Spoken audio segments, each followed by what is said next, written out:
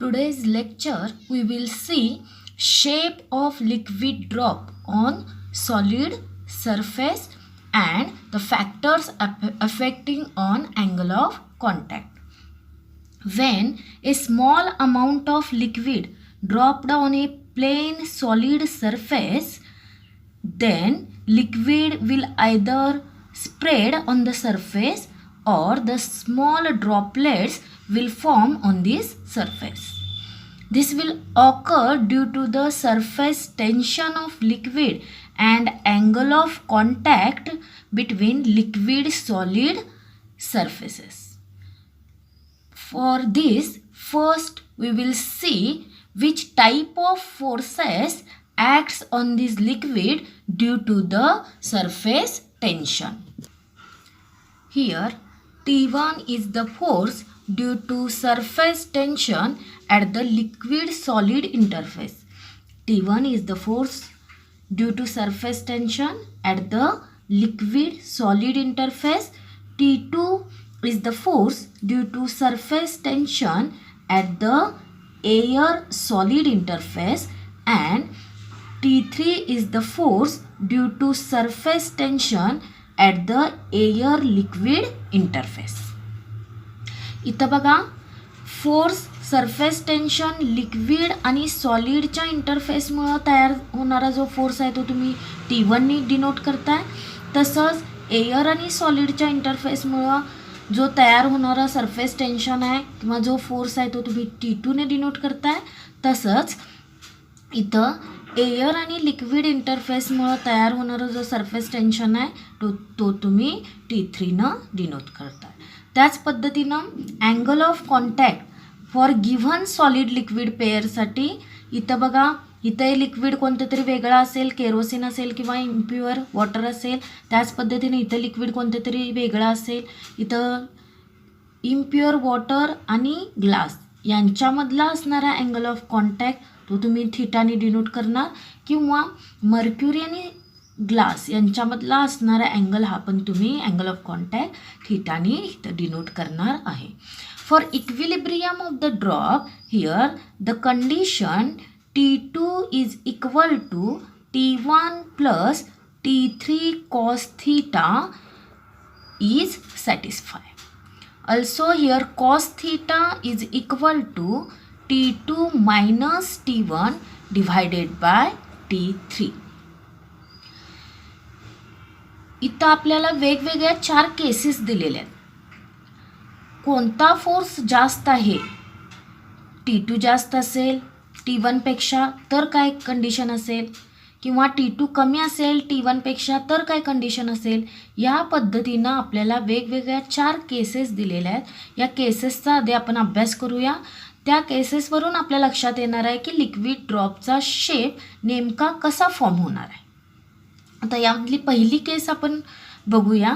काय आहे ती पहिली केस. Here if T2 is greater than T1 and T2 minus T1 this is less than T3, then in this case cos theta is positive and angle of contact is acute angle. बघा जर आपण ordinary water या glass सरफेसवरती drop केलं तर काय होतं आहे, हे वॉटर किंवा हे लिक्विड स्प्रेड होतं आणि हा लिक्विड सरफेसला असणारा टँजंट म्हणजेच सरफेस टेन्शन कशामधलं, एअर आणि लिक्विड सरफेसमधलं हा जो टँजंट आहे आणि हा जो सॉलिड सरफेस आहे at the point of contact यांच्यामधला जो अँगल ऑफ कॉन्टॅक्ट आहे तो कसा असतोय, ॲक्यूट असतोय आणि कॉस थीटा पॉझिटिव्ह असतोय. अशा वेळेला हे लिक्विड काय होतं आहे, या पद्धतीनं या ग्लास सरफेसवरती स्प्रेड होते. तर सेकंड केस आपण बघूया. सेकंड केसमध्ये काय म्हटलेलं आहे बघा. Here if T2 is less than T1 and T1 minus T2 is less than T3. म्हणजेच काय, T2 हा जो फोर्स आहे सरफेस टेन्शनमुळे तयार होणारा कशामधला, एअर आणि सॉलिडमधला, हा जर कमी असेल कशापेक्षा, हा जो फोर्स आहे जो सरफेस टेन्शनमुळे तयार होतोय कशामधला, एअर आणि लिक्विडमधला, हा जास्त असणार आहे. बघा, हा सॉलिड आणि लिक्विडमधला असणारा हा जो फोर्स आहे T1 हा जास्त आहे कशामधला, एअर आणि सॉलिडमध्ये असणाऱ्या फोर्सपेक्षा. तर त्यावेळेला काय होणार आहे, in this case here cos theta is negative and angle of contact is obtuse angle. जर का मी इथं जर मर्क्युरी घेतलं ग्लास सरफेसवरती तर काय होतंय बघा, मर्क्युरीचे ड्रॉपलेट तयार होतं आणि या ड्रॉपलेटला या पद्धतीनं टँजंट काढला या ड्रॉपला, तर हा टँजंट आणि हा जो सॉलिड सरफेस आहे at the point of contact यांच्यामधला हा जो अँगल थीटा येतोय तो ऑब्ट्यूस येतोय आणि इथं कॉस थीटा काय असतोय, निगेटिव्ह असतोय. या पद्धतीनं इथं जो शेप तयार होतोय लिक्विडचा तो ड्रॉपच्या स्वरूपात तयार होतो. तिसरी केस काय म्हटलेली आहे बघा, here if T2 minus T1 is equal to T3. In this case, cos theta is equal to 1. That is, here theta is nearly equal to 0.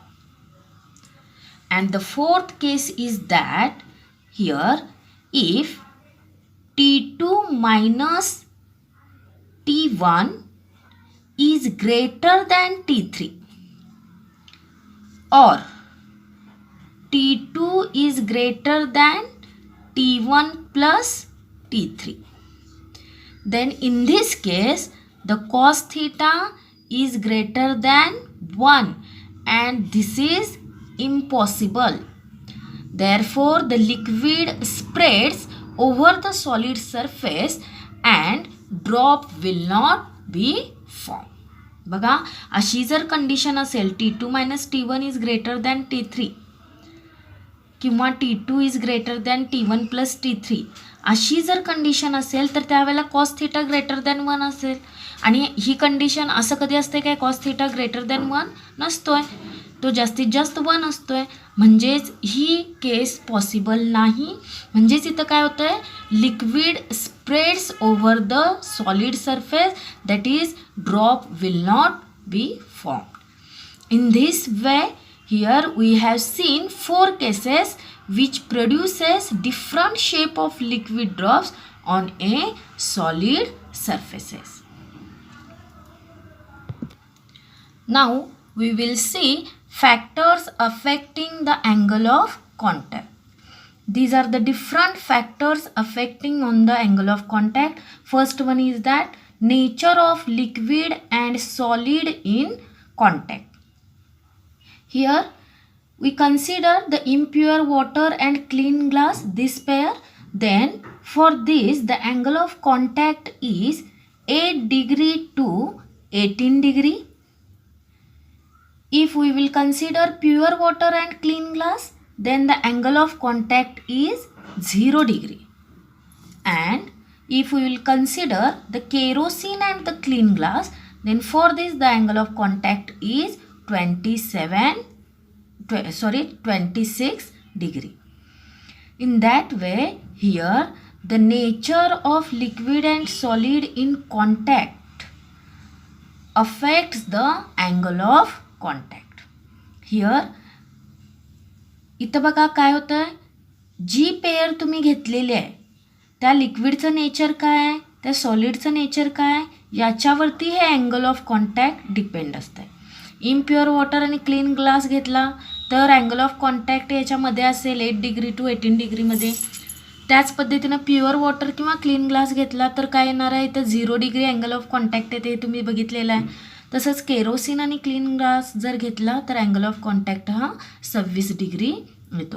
तसंच जर तुम्ही मर्क्युरी आणि क्लीन ग्लास घेतला तर तो किती येतोय, 140 डिग्री म्हणजे मॅक्सिमम ऑब्ट्यूस अँगल येतो आहे आणि केरोसिन आणि क्लीन ग्लासमध्ये तो ॲक्यूट अँगल येतो आहे. या पद्धतीनं अँगल ऑफ कॉन्टॅक्टवरती कोण तर हे गिव्हन लिक्विड आणि सॉलिड पेअरचा इफेक्ट होत असतोय. त्याच्यानंतरचा सेकंड अफेक्ट करतोय ती गोष्ट म्हणजे काय असते, impurity. Here the impurities present in the liquid change the angle of contact. जर इम्प्युरिटी त्या लिक्विडमध्ये प्रेझेंट असतील तर इथं अँगल ऑफ कॉन्टॅक्ट काय होतोय, बदलतोय. इथंच बघा, प्युअर वॉटर म्हणजे याच्यामध्ये काही इम्प्युरिटी नाही, त्यावेळेला अँगल ऑफ कॉन्टॅक्ट इथे किती होता, 0 होता. आणि इम्प्युअर वॉटर म्हणजे त्याच्यामध्ये काहीतरीच इम्प्युरिटीज आहेत, त्यावेळेला जेवढ्या इम्प्युरिटी जास्त तसा अँगल ऑफ कॉन्टॅक्ट इथं काय होणार आहे, चेंज होणार आहे. म्हणजे इम्प्युरिटीचा इफेक्ट त्या अँगल ऑफ कॉन्टॅक्टवरती होतोय. त्याच पद्धतीनं टेम्परेचरचा देखील इफेक्ट अँगल ऑफ कॉन्टॅक्टवरती होतो आहे.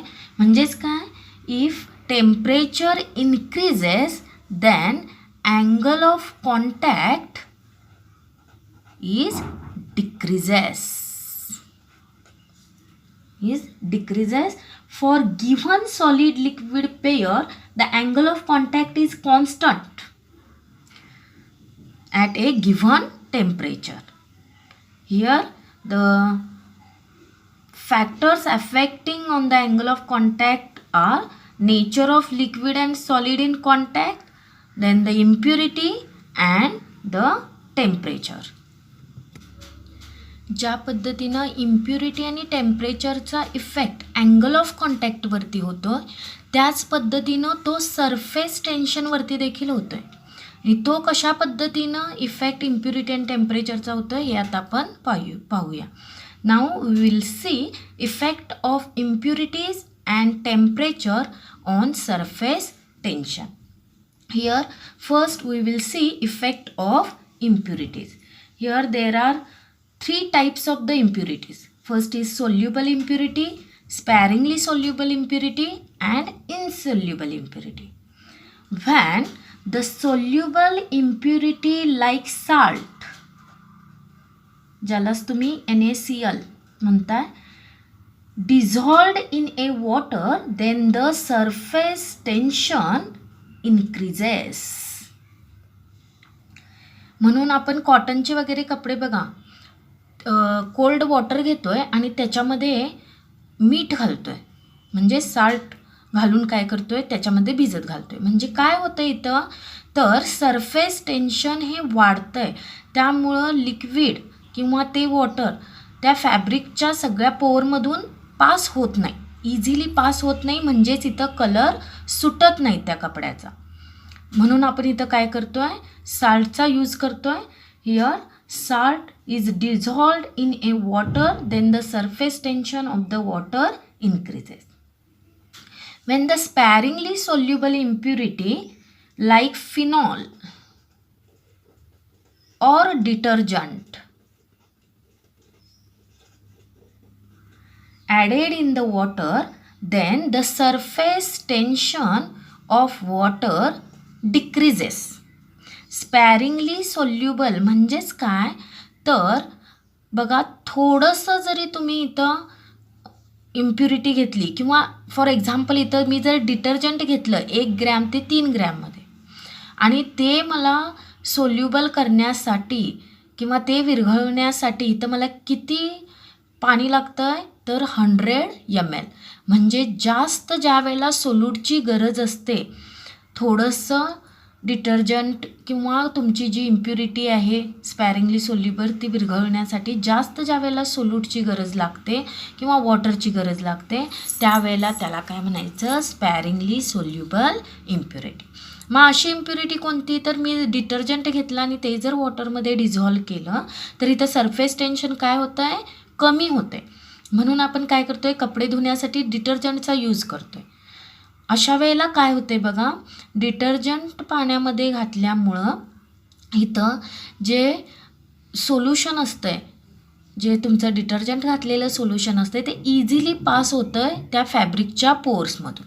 म्हणजे इथं एकदम टफ जरी स्टेन्स असतील किंवा जास्त मळलेले देखील कपडे असतील तर ते स्वच्छ धुवून निघतात.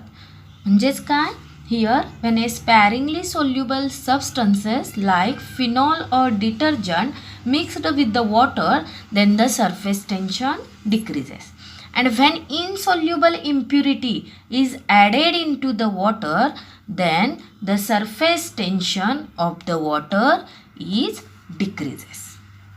In that way, here the impurity, soluble impurity or sparingly soluble impurity or insoluble impurity added in the water, then the surface tension either increases or the decreases. Then we will see the effect of temperature on the surface tension. As the temperature increases, then the surface tension decreases. But in the case of molten copper or molten cadmium, here in this case when the temperature increases, then surface tension is also increases. And at the critical temperature, surface tension of the liquid is 0. At critical temperature, surface tension of liquid is equal to 0. Critical temperature म्हणजे काय, ज्या टेम्परेचरला तुम्हाला दोन phases distinguish करता येत नाही, water आणि water vapour अशी तुम्हाला फेज डिस्टिंग्विश करता येत नाही, आणि या टेम्परेचरला फ्री सरफेसच तुम्हाला ॲपियर होत नाही. जर फ्री सरफेसच ॲपियर होत नसेल तर त्यावेळेला तुम्ही सरफेस टेन्शन आहे असं म्हणू शकत नाही. म्हणजे सरफेस टेन्शन त्यावेळेला काय असतो आहे, 0 असतो आहे. आणि असं क्रिटिकल टेम्परेचर हे कुठं असतं आहे तर 373.946 डिग्री सेंटीग्रेड हे वॉटरसाठी आहे, किंवा 647.096 केल्विन. अशा वेळेला तुम्हाला दोन फेजेस किंवा दोन इंटरफेस डिस्टिंग्विश करता येत नाही, म्हणजे फ्री सरफेसच अवेलेबल होत नाही. त्यामुळे तुम्ही सरफेस टेन्शन आहे असं म्हणू शकत नाही कोणत्या तर क्रिटिकल टेम्परेचरला. In this lecture we have seen the shape of liquid drop on solid surface, then the factors affecting on the angle of contact, and the effect of impurities and temperature on the surface tension. In the next lecture, we will see excess pressure across the free surface of liquid. Thank you.